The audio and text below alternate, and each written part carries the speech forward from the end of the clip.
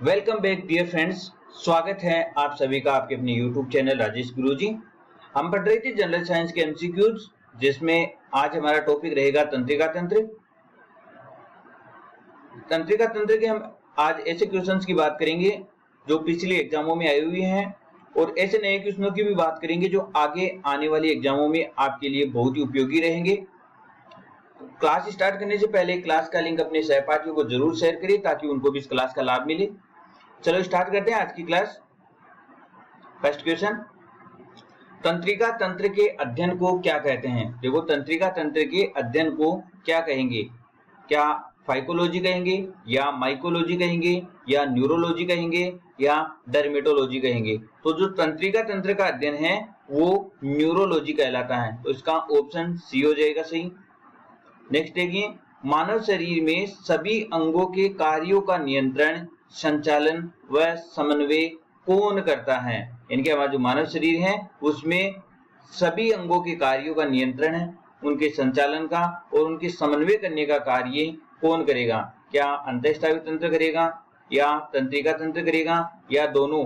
ए व बी दोनों, ए व बी दोनों, या नन ऑफ दीज? तो जो मानव शरीर के सभी अंगों के संचालन का कार्य करता है वो कौन करेगा? अंतःस्रावी तंत्र और तंत्रिका तंत्र दोनों। ऑप्शन सी इसका सही हो जाएगा। ठीक है, नेक्स्ट देखिए, तंत्रिका तंत्र की संरचनात्मक एवं क्रियात्मक इकाई को क्या कहते हैं? जो हमारा तंत्रिका तंत्र है उसकी संरचनात्मक एवं क्रियात्मक इकाई को क्या कहेंगे? क्या उसको सिनेप्स कहते हैं, क्या उन्हें कोशिकाएं कहेंगे, या उन्हें नेफ्रॉन्स कहेंगे, या उनको न्यूरॉन या तंत्रिका कहेंगे? तो जो तंत्रिका तंत्र है उसकी संरचनात्मक एवं क्रियात्मक जो इकाई होती है उसे न्यूरॉन कहेंगे, तो इसका ऑप्शन डी सही हो जाएगा।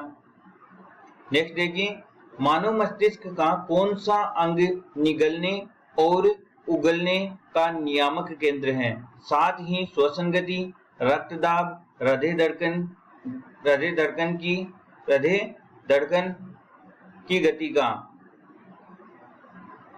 की गति का नियमन करता है। तो देखो, मानव मस्तिष्क का हमें ऐसे अंग बताना है जो निगलने और उगलने का नियामक केंद्र है, और साथ ही श्वसन की गति, रक्तदाब, हृदय धड़कन की गति का नियमन करता है। तो ऐसा कौन सा भाग है?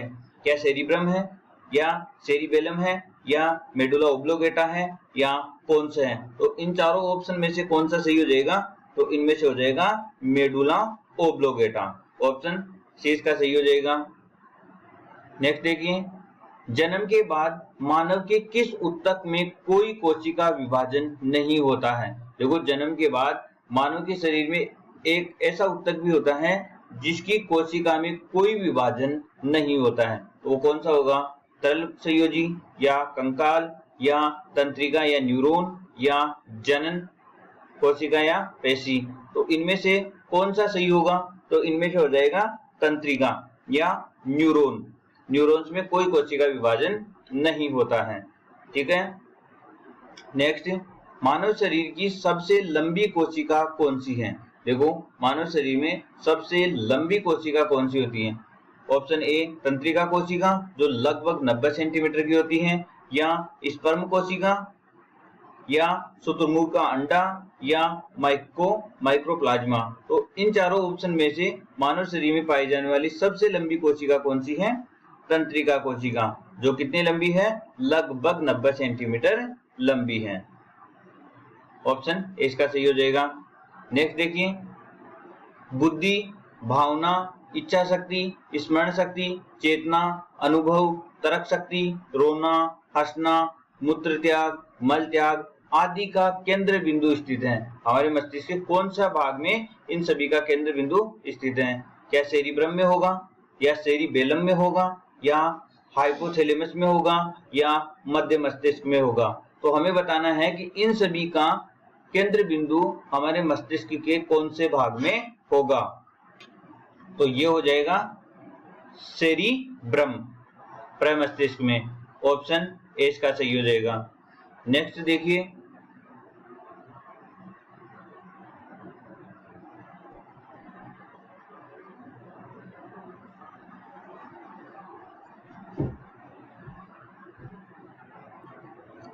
इलेक्ट्रोएन्सेफेलोग्राम यानी कि ईईजी का प्रयोग किसकी गतिविधि दर्ज करने के लिए किया जाता है? यानी कि ईईजी का प्रयोग किसकी गतिविधि दर्ज करने के लिए किया जाएगा?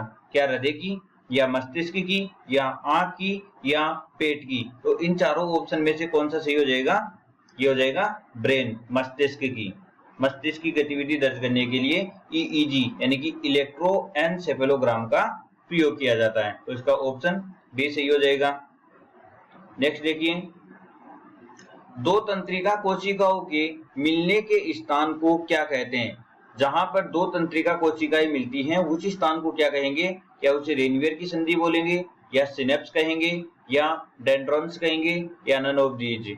तो इन चारों ऑप्शन में से कौन सा सही हो जाएगा? इन चारों में से हो जाएगा सिनेप्स, यानी कि जहां पर दो तंत्रिका कोशिकाएं मिलती हैं उस स्थान को सिनेप्स कहेंगे। ऑप्शन 20 का सही हो जाएगा। नेक्स्ट देखिए, मनुष्य में मरुतंत्रिकाओं की संख्या कितनी होती है? मनुष्य में मरुतंत्रिकाओं की संख्या कितनी होती है? तो मरुतंत्रिकाओं की संख्या बतानी है हमें। मरुतंत्रिकाओं की संख्या बतानी है। क्या 12 जोड़ी होंगी, या 31 जोड़ी, या 10 जोड़ी, या 21 जोड़ी? तो मरुतंत्रिकाओं की संख्या होती है 31 जोड़ी। ऑप्शन 20 का सही हो जाएगा। नेक्स्ट देखिए, मानव मस्तिष्क में कितनी जोड़ी कपालीय तंत्रिकाएं पाई जाती है? जो हमारा मानव मस्तिष्क होता है उसमें कितनी जोड़ी कपालीय तंत्रिकाएं पाई जाती हैं? क्या 12 जोड़ी होंगी, या 31 जोड़ी होंगी, या 7 जोड़ी, या 3 जोड़ी? तो जो मानव मस्तिष्क है उसमें कपालीय तंत्रिकाएं होंगी 12 जोड़ी। ऑप्शन ए इसका सही हो जाएगा। ठीक है।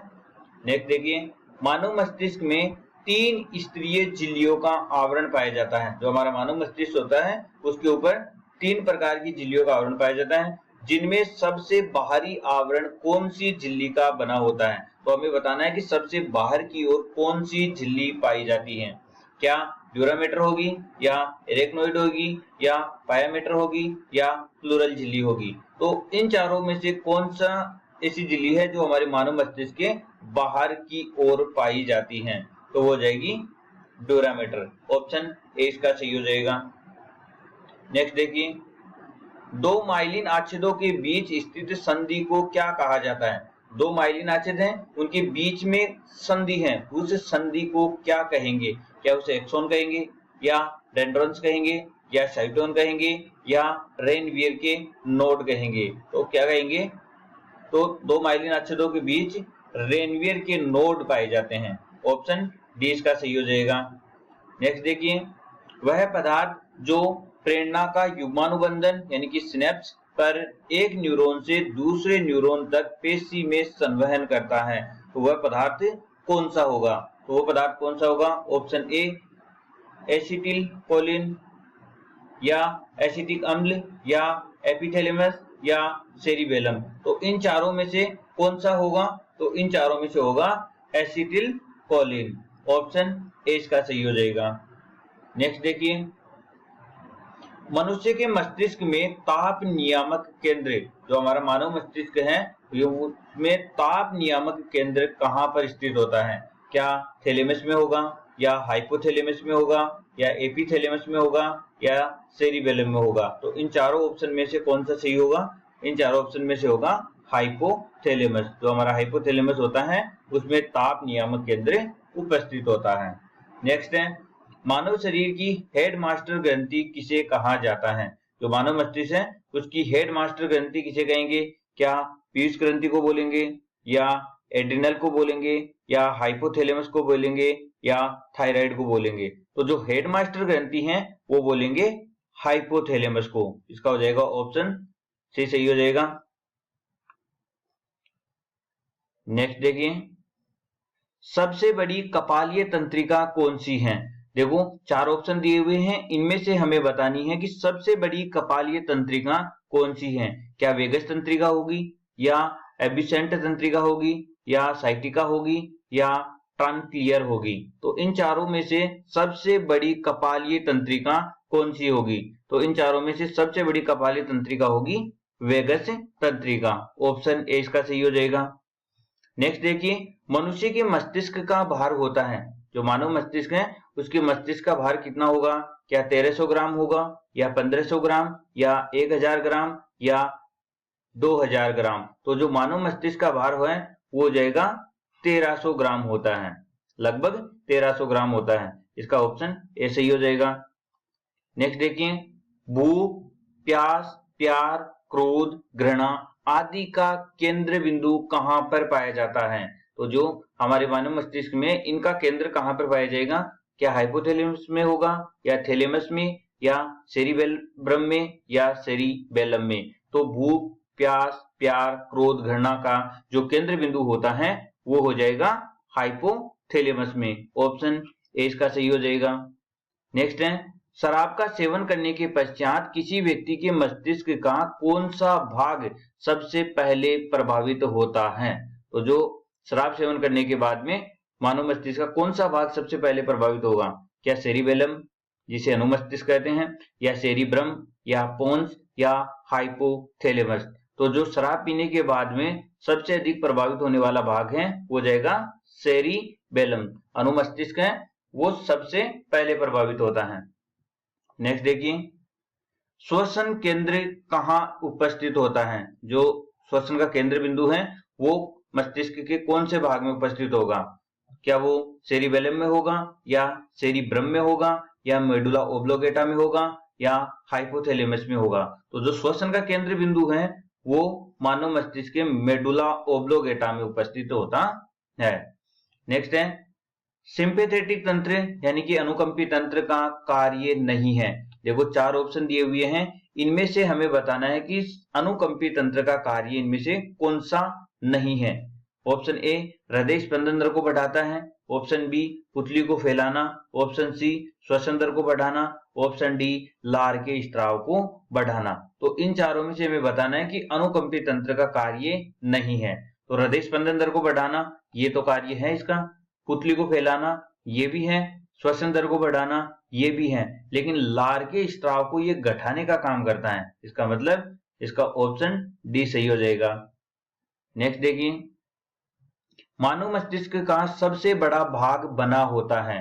जो हमारे मानव मस्तिष्क है इसका सबसे बड़ा भाग कौन सा है, क्या सेरिब्रम है या सेरिबेलम है या मेडुला ओब्लोगेटा या हाइपोथैलेमस। तो जो मानव मस्तिष्क है इसका सबसे बड़ा जो भाग होता है वो होता है सेरिब्रम, प्रमस्तिष्क। ये मानव मस्तिष्क का सबसे बड़ा भाग होता है, तो इसका ऑप्शन ए सही हो जाएगा।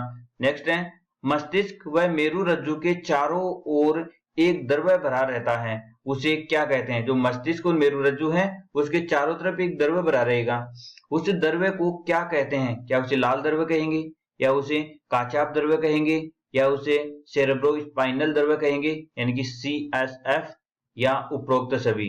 तो मस्तिष्क और मेरु रज्जु के चारों तरफ भरे हुए द्रव्य को सेरेब्रोस्पाइनल द्रव्य कहेंगे यानी कि CSF द्रव्य कहेंगे। ऑप्शन सी इसका सही हो जाएगा। नेक्स्ट देखिए, घ्राण पिंड यानी कि ऑल्फैक्टरी लोब यानी कि जो सूंघने की संवेदना देता है, ये जो घ्राण पिंड है ये सूंघने की संवेदना देता है, ये मस्तिष्क के किस भाग में स्थित होता है। क्या ये अग्र मस्तिष्क में होगा या मध्य मस्तिष्क में होगा या पश्चिम मस्तिष्क में या उपरोक्त सभी में। तो जो घ्राण पिंड होते हैं वो मस्तिष्क के कौन से भाग में होंगे, वो होंगे अग्र मस्तिष्क में। तो इसका ऑप्शन ए सही हो जाएगा। नेक्स्ट आज का लास्ट क्वेश्चन, मेनिंजाइटिस रोग का संबंध है। तो मेनिंजाइटिस रोग का संबंध मानव के कौन से भाग से है, कौन से अंग से हो जाएगा। क्या मस्तिष्क से होगा या हृदय से होगा या वृक्क से होगा या कान से होगा। तो मेनिंजाइटिस का जो संबंध है वो किससे होता है, मस्तिष्क से होता है। ऑप्शन ए इसका सही हो जाएगा। ठीक है, आज के लिए इतना ही। क्लास अच्छी लगी तो लाइक शेयर और सब्सक्राइब करना ना भूलें। मिलते हैं नेक्स्ट पार्ट में। Thank you.